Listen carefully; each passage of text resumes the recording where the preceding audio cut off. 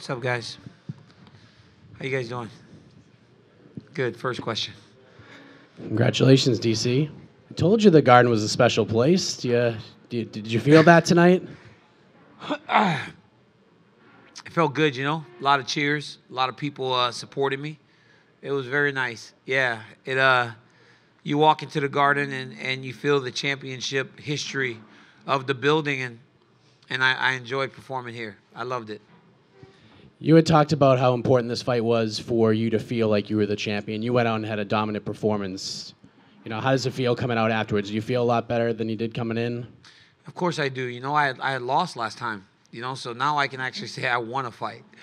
I won my last fight, which obviously feels better. And then to experience that again, Dana putting the belt on you and, going out there and just having a performance that you dream of. You dream of doing everything you did in training camp, and it works to a T. And today it did. I felt like I may have had that submission at the end of the first round, but ran out of time and was able to get him back down and get right to the crucifix position and just start to punch and not get too excited to where he got out, but also just hold him there and really just beat on him until the referee had no choice but to stop the fight.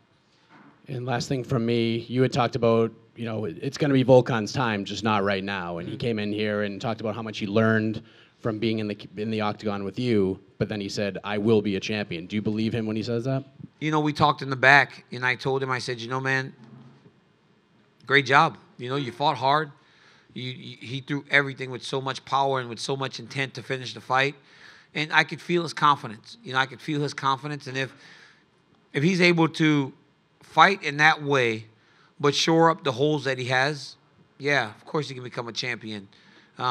He's one of the younger guys in the division. I'm 38 years old, and I've said time and time again that by 40 I'll be done. So, even if I was here for another year, I'm sure Volkan, it didn't take him long to get here in the first place. So I'm sure he can build himself back up to get to a title fight.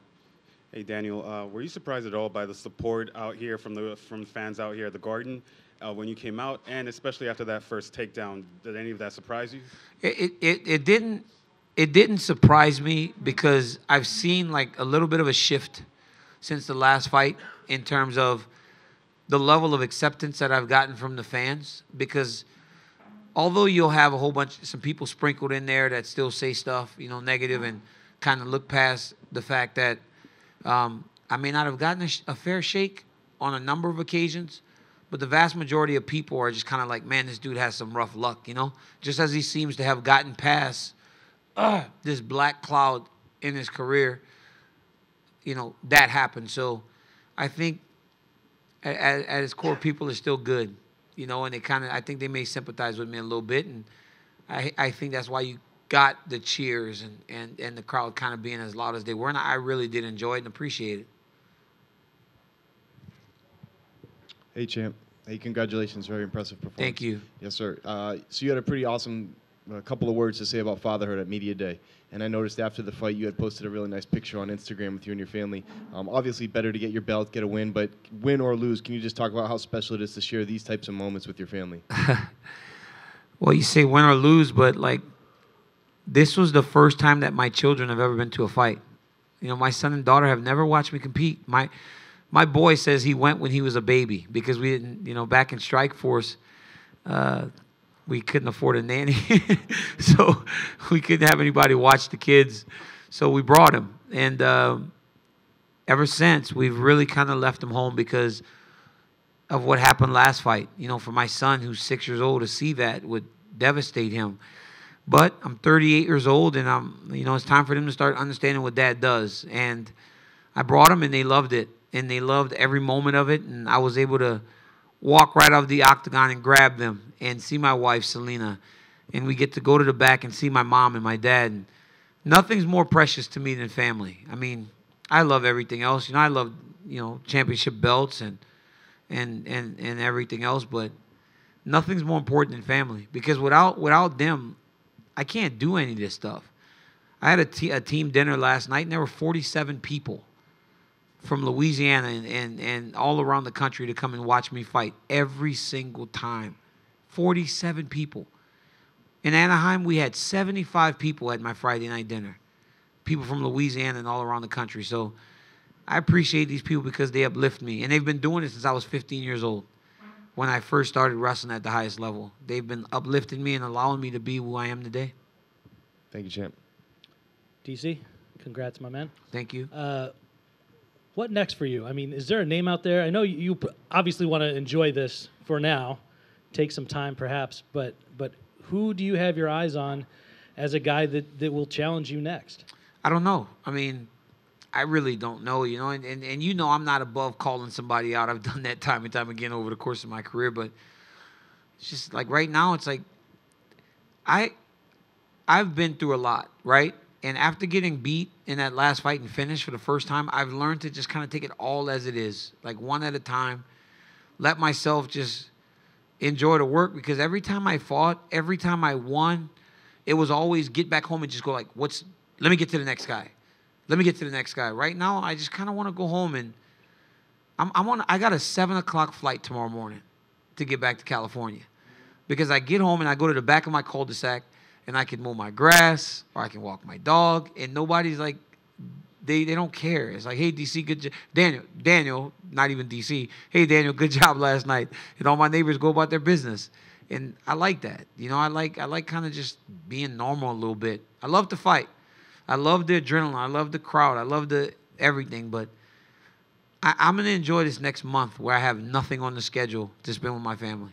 One of the reasons I ask is I'm not a guy who likes to stir the dookie, so to speak.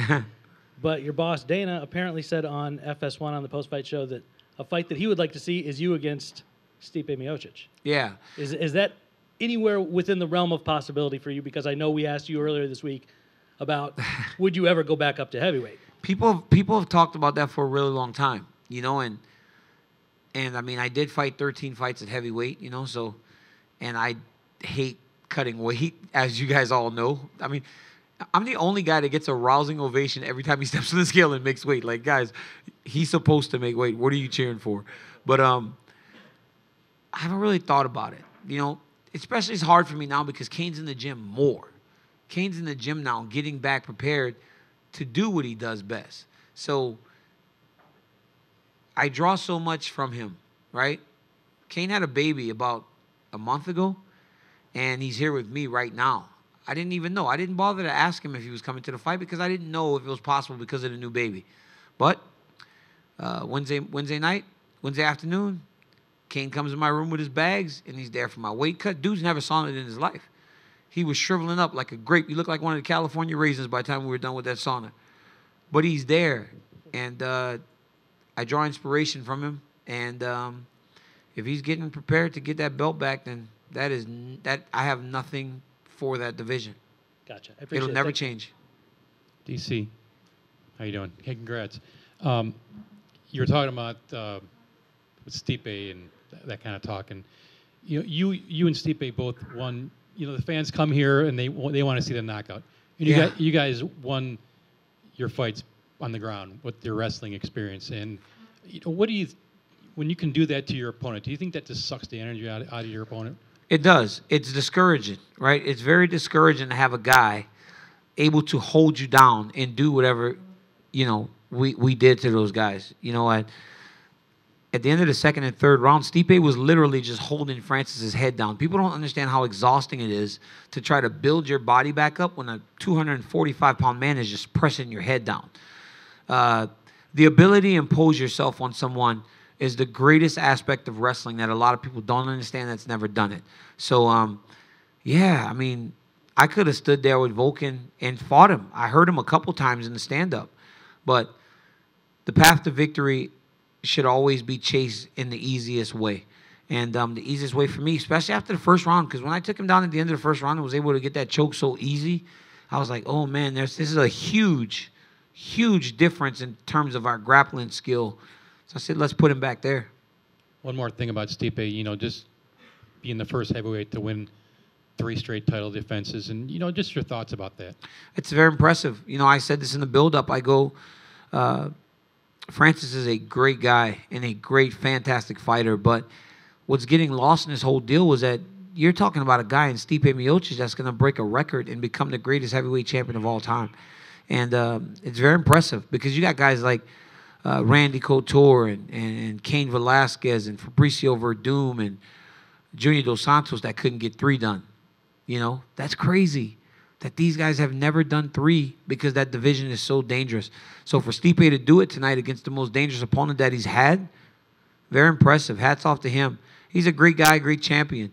I had a great time with him in Cleveland, learned a lot about him, and nobody deserves it more than Stipe Miocic. Would you put him number 1 all time? You said that kind of in passing. Heavyweight? Yes. It's him and Cain. Everybody else is everybody else is kind of just like they're there. But Cain Velasquez and Stipe Miocic are the 2 best heavyweights of all time. And today this fight was built as the biggest heavyweight fight we've had in a long time. The biggest heavyweight fight that we'll ever have is when those 2 guys actually fight each other. So you would still put him 1A, 1B? Could you put him 1 or 2 with somebody? I'm never going to say he's better than Cain Velasquez. What are you doing? But he's good. He's just as good. Those Okay. guys are even. Yeah, Thank they're you. just as good. Thanks, I It's appreciate going to be a it. great fight. Hey, Daniel. In the post-fight interview with Joe Rogan, you put over Khabib, you put over Cain. Where was the love for your boy Luke? Luke's I don't know. I was just, you know, the guys were here. The guys were here. That's why I talked about him. You know, I understand that Luke is in the middle of training camp right now, so he can't be here. But I saw Khabib and hugged him right as I left to go to the octagon.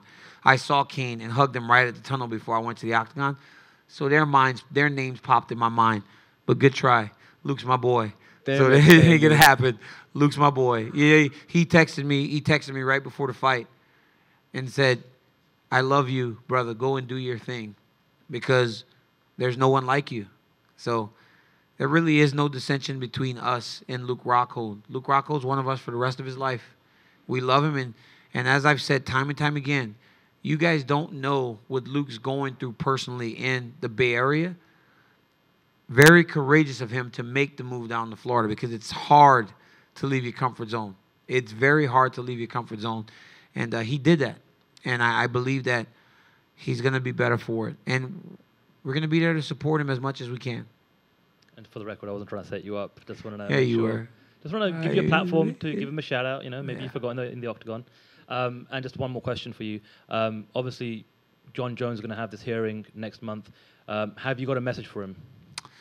Nah, I'm just kind of. I want to see what happens. You know, I think not only I'm just past it right now until he's able to do what we want to do, and that's fight. Kind of past it. You know, so I'm kind of in a bit of this spot when it comes to Jones. Competitively, all I want to do is fight him again. But at some point, it's just like, man, is it ever going to be just a fight without nothing else? And I don't know if I could put myself through that again, you know? I mean, I've done everything right, and I've just been dragged down by this guy constantly. So I'm not thinking about it. I'm going to do my thing for right now. Hey, DC. Congrats on the win, man. Thank you. Where do you find the confidence to stand with these? And no disrespect, but you're a little shorter than these guys that you're striking with. Where do you find the confidence to stand with the Vulcan and with the Jones? I mean, it's part of fighting, right? Every fight starts on the feet. I mean, I would love to start in the down position. That would be great for me. Could we start in the I'd love to start grappling, but that's not how it works. And you know what the truth is, man, honestly? I feel like I have the greatest coaches in the world. Javier Mendez, Rosendo Sanchez, Rudy Cruz. Those guys in stand-up, I mean, nobody's like them. Jav's a world champion kickboxer. Rosendo was an Olympic alternate. Rudy's a professional boxer. I mean, and then I got these training partners in Tony Johnson and Tiago Beowulf and Frank Munoz. Like, we got these guys that are just high-level guys that train with me every day, and I take confidence from them. With my coaches, I got 2 coaches that drive 5 hours each day to train me 3 times a week. Rosendo drives 2.5 hours each way to train me Monday, Wednesday, Friday, and Rudy does it from Fresno on Monday and Tuesday. It's like these guys are making sacrifices. I can call Jav anytime. He's got bad elbows at times because we kick him so hard. He has to hold pads for me, Khabib, Luke, and Cain back to back. But if we call him, he shows up. He holds the pads and he tries to prepare. So I've got great coaches and a great team. We're the American Kickboxing Academy. You better learn to strike in there, even though I'd prefer to wrestle. Thank you. Hey, Daniel, how's your right hand? My hand is messed up. I broke my thumb in high school, and it's knotted up right here behind the thumb again. So I'm going to have to go to a doctor on Monday to see what exactly is going on. But I've had enough of type of hand injuries to know that something's just not right. And just one more. In July, obviously, it was emotional. You weren't up here. You've been up here before with the belt. You've done the post-fight press conference. Do you appreciate this a little more after what happened a couple of months ago? You know, I do. I've always appreciated it. I appreciate it every year. You know, like when I was 30 and 31 years old, maybe not so much. But as I start to get closer and closer to the end, I do appreciate it. And I appreciate it from trying to build back from a loss and trying to feel like I had some success in the job that I do. You know, I love to fight. I love to compete. And I was able to get a win tonight. You know, that last time I was in the hospital, right? When the press conference was going on, I was at the hospital. So if not for anything else, to be able to look at my mom and not see tears in her eyes, and look at my wife and not see a look of confusion, or wake up on Sunday morning and hear my son, who came to the fight for the first time. You know, the whole Jones thing, it sucked. I lost the fight and I got beat. I got my ass kicked. And I cried in the octagon. I cried before I went to bed. But you know what I cried the most was when Sunday morning I'm laying on the couch and my kids are in bed with their mom, and my boy rolls over and he taps his mom, because every time he'd never go to the fights, he wanted to know if his dad won. And you know what I heard at 7:30 in the morning in Anaheim? He tapped his mom and he goes, "Mom, did Dad win?" And she said, "No, Pop, he didn't win this time." And I was laying there. I could hear him. So I got my back to him and I'm crying. And not long after, I feel like my boy behind me hugging me, you know. That was the hurtful thing. So for him to get to experience the other side of it is big for me. And my daughter and my family. It's all family to me. So I appreciate this, but I appreciate them being able to smile tonight instead of shedding tears. Thank you, guys. I appreciate it.